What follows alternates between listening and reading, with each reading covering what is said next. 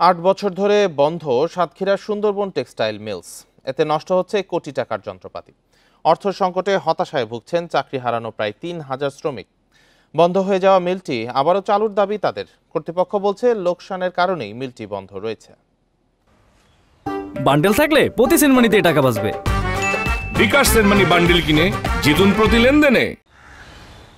Sundarban textile mills সাতক্ষীরার একমাত্র ভারী শিল্প প্রতিষ্ঠান। ১৯৮৩ সালে চালু হওয়া মিলটি একসময় প্রায় ৩,০০০ শ্রমিক কাজ করত। মূল ইউনিট ও নীলকলম ইউনিটের আওতায় ৩৯,০০০-এরও বেশি টাকু ঘুরত প্রতিনিয়ত।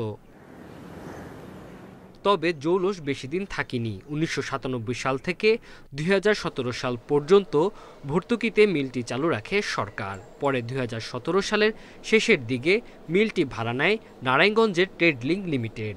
লোকসানের ফলে ১ বছর চালানোর পর মিলটি বন্ধ ঘোষণা করে ট্রেডলিংক কর্তৃপক্ষ। সাতক্ষীরা শহরের উপকণ্ঠে মাগুরায় টেক্সটাইল মিলকে ঘিরে গড়ে উঠেছে বাজার, শিক্ষা প্রতিষ্ঠান সহ নানা সরকারি স্থাপনা। একমাত্র ভারী শিল্প প্রতিষ্ঠানটি অবিলম্বে চালু করতে সরকারি পৃষ্ঠপোষকতার দাবি শ্রমিকদের। পড়ে না থেকে যদি এই মিলটা পুনরায় আবার চালু হতো তাহলে এলাকার বহু মানুষ কর্মসংস্থানের একটা ব্যবস্থা হতো। মিলির পড়ারা শ্রমিক ছিলাম, মিলি চাকরি করেছি দীর্ঘদিন। এখন কথা হলো বিভিন্ন অজুহাতে লস মাছ এটা ওটার দিকে মিলটা বন্ধ করে দিয়েছে সরকার। এই পর্যন্ত এই 2025 সাল পর্যন্ত আমাদের খুব দুর্বিষহ দিন যাপন করছি। আমরা চাই সুন্দরবন টেক্সটাইল মিলস আবার পুনরায় চালু হোক। লোকসানের কথা স্বীকার করে জেলা প্রশাসক বলছেন, এলাকাটিতে একাধিক শিল্প প্রতিষ্ঠান গড়ে তোলার উদ্যোগ নেওয়া হবে।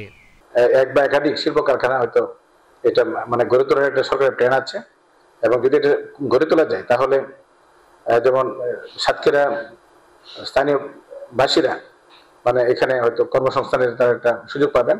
সাতক্ষীরা শহরের মাগুরায় ৩০ একর জায়গায় স্থাপন করা হয় মিলটি। দীর্ঘদিন ধরে বন্ধ থাকায় মরিচা পড়ে নষ্ট হচ্ছে কয়েক কোটি টাকার যন্ত্রপাতি। Independent news.